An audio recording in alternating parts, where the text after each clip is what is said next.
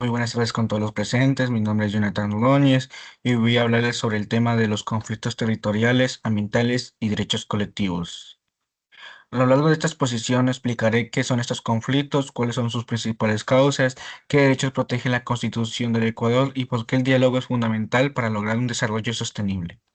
Espero que al finalizar podamos comprender por qué es importante buscar soluciones que beneficien tanto a las personas como al ambiente. Sin más, empecemos. Antes de hablar de los conflictos, primero es importante entender estos tres conceptos, porque están muy relacionados entre sí.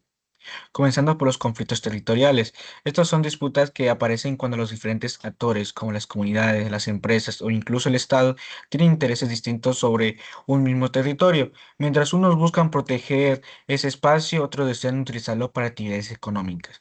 Por otra parte están los conflictos ambientales. Estos ocurren cuando las actividades como la minería, la explotación petrolera o la tala de los bosques producen daños en la naturaleza. Como consecuencia, se contamina el agua, el suelo o el aire, o también se afecta la biodiversidad de nuestro país.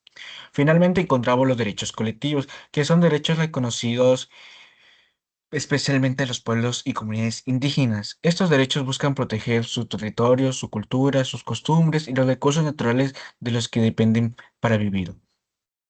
Como podemos ver, estos tres conceptos están conectados cuando un territorio es afectado por determinadas actividades. Normalmente también se producen impactos ambientales y al mismo tiempo pueden verse afectados los derechos de las comunidades que habitan en ese lugar. Por esta razón es importante analizar estos temas de manera conjunta y no por separado. Ahora que ya conocemos estos conceptos, la siguiente pregunta es, ¿por qué surgen estos conflictos? Bueno, en la mayoría de los casos aparecen porque existen diferentes intereses sobre el mismo territorio. Por ejemplo, una empresa puede querer desarrollar un proyecto minero o petrolero porque genera grandes beneficios económicos. Sin embargo, para las comunidades que viven allí, el territorio representa su hogar, su cultura y una fuente de recursos para su vida diaria. Otro factor importante es la contaminación del agua, el suelo. Como estos recursos se deterioran, también disminuyen la calidad de vida de las personas y afectan el equilibrio de los ecosistemas. Además, en algunos casos, las comunidades no son consultadas antes de iniciar proyectos que afectan directamente su territorio. Esta falta de participación genera desacuerdos y aumento de conflictos. También debemos entender que cada actor tiene una forma diferente de ver el territorio. Mientras una empresa puede considerarlo como un lugar donde existen recursos para producir riqueza y empleo, las comunidades lo ven como parte de su identidad, de su historia y de sus tradiciones. Cuando estas dos formas de pensar no logran ponerse de acuerdo, esto es cuando aparecen los conflictos. Como muestra en el esquema de la diapositiva, esta diapositiva, todo inicia con una actividad económica. Esa actividad modifica el uso del territorio, produce impactos ambientales y finalmente pueden generar conflictos sociales.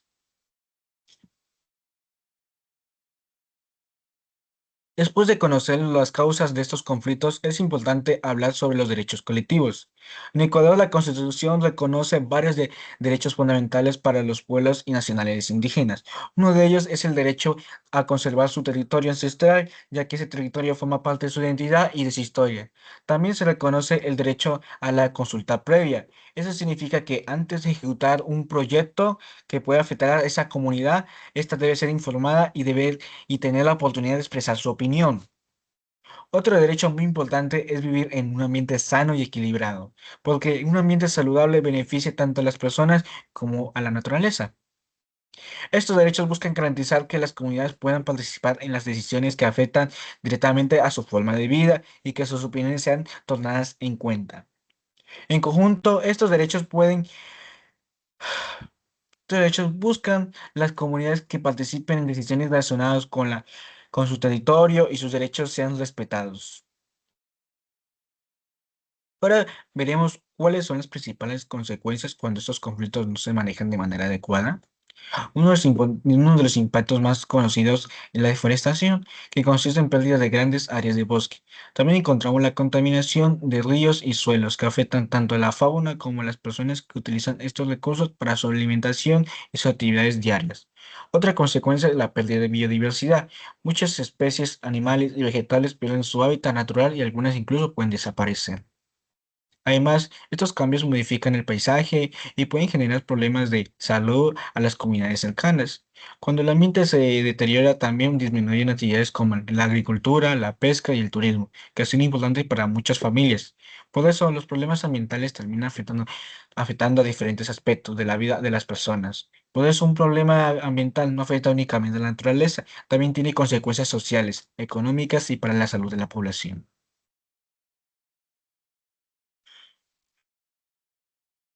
Un ejemplo muy claro de todo lo que hemos explicado es la Amazonía ecuatoriana, un caso de estudio. Esta región posee una enorme riqueza natural. Es considerada una de las zonas con mayor biodiversidad de nuestro planeta. Además, allí habitan varias nacionalidades indígenas que mantienen una estrecha relación con su territorio. Sin embargo, desde hace muchos años también se desarrollan actividades petroleras y mineras. Estas actividades generan beneficios económicos para el país, pero en algunos casos también han provocado contaminación de ríos y suelos, además de conflictos con las comunidades que viven en esas zonas. Bueno, muchas familias dependen de los ríos para obtener agua y pescar y realizar actividades agrícolas. Como estos ríos se contaminan, no solo se afecta la naturaleza, sino también la salud, la alimentación y la economía de las personas. Eso demuestra que un problema ambiental también puede convertirse en un problema social. Este caso demuestra que el verdadero desafío no es escoger entre desarrollo económico o protección ambiental, sino buscar un equilibrio que permita aprovechar los recursos naturales sin afectar a los derechos de las personas ni la conservación de la naturaleza. Este equilibrio es precisamente uno de los principales objetivos del desarrollo sostenible.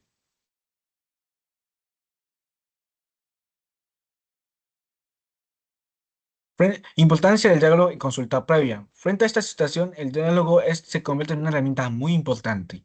La consulta previa permite que las comunidades conozcan los proyectos que podrían realizarse en su territorio y expresen su opinión antes de que se tomen decisiones.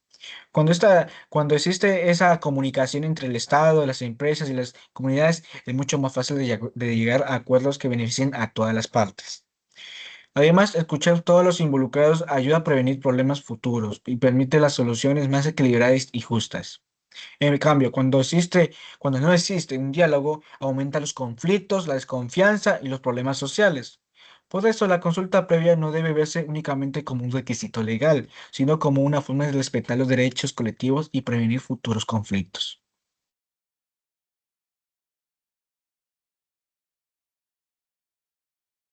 Todo lo que hemos analizado nos lleva al concepto del desarrollo sostenible.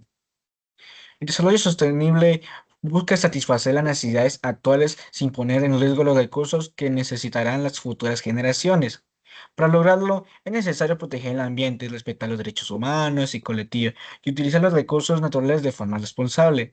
Eso significa que el crecimiento económico sí es importante, pero siempre debe ir acompañado con la conservación del ambiente y el bienestar de las comunidades. Para alcanzar este equilibrio es necesario que el Estado, las empresas y la sociedad trabajen de manera conjunta. También es importante promover actividades económicas responsables, reducir los impactos ambientales y aprovechar los recursos naturales de forma adecuada. Solo de esta manera será posible construir un desarrollo más equilibrado y sostenible.